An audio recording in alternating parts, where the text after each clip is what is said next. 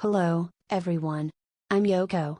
In this channel, I've noticed that a lot of information from China isn't accurately reaching other countries, so I've taken it upon myself to gather and share information in English. I gather information from multiple sources, so I'd appreciate your comments on the content of the videos. As English is not my native language, I'm using an AI speaker to create the audio to ensure I convey the information accurately. Today, I'd like to talk about the conditions necessary for economic development. First, I'd like to discuss cities that were once at the center of China's economy. One of these cities is Shanghai. Shanghai has been a financial hub in China even before the Communist Party took control of the country, and it still holds that position today. However, there used to be another city in China at a similar level in terms of finance, and that city is Shenzhen.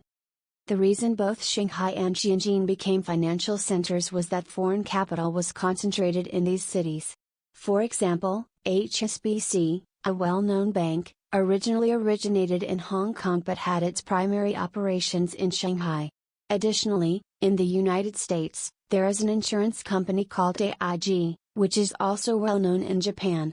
This company was originally established in Shanghai. So, even before the Communist Party's rule, Shanghai was a financial hub, and Shenzhen was equally significant in terms of finance. The reason for Shanghai and Shenzhen's financial prominence was that the first trading concessions of these cities attracted companies from around the world, engaging in financial businesses. Companies were drawn to these cities due to their similar legal systems and business practices to the United Kingdom. It provided a sense of security and stability for conducting business. Having consistent rules, contracts, and legal systems is essential for financial businesses since they inherently seek to mitigate risks. In contrast, China had an unstable government, and the country's status as a semi-abandoned nation complicated legal matters, often depending on the interpretation of officials or individuals in charge. However, things have changed in recent times. There are no more foreign concessions in China, and the Communist Party controls the entire country. The legal and judicial systems, as well as contracts, no longer provide the same level of security. In reality, decisions are often influenced by the Communist Party's convenience rather than following established rules.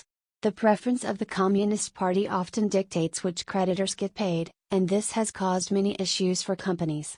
Contracts, laws, and legal systems have become unreliable, and this is a significant concern for foreign businesses. In recent years, China has been expanding its influence and taking a more assertive stance in the world. This has led to a growing realization among many people that doing business in China is not as safe as it once seemed.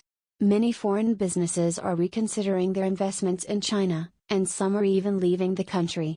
For example, Mitsubishi Motors recently announced that it would stop production in China and withdraw from the market. This decision has significant implications, as the automotive industry has many related businesses that will be affected by this move. For Japanese automakers, it is only a matter of time before they consider a similar move. The Chinese Communist Party is promoting electric vehicles as part of its national policy, and the market is highly competitive and challenging to make profits in. While it would have been better to withdraw from China earlier, companies are now considering it due to concerns about the uncertain future of doing business in China. Investing in a country where contracts, laws, and courts are not functional can lead to financial loss. Russia is a good example of this. Japanese investments have been expropriated in the past.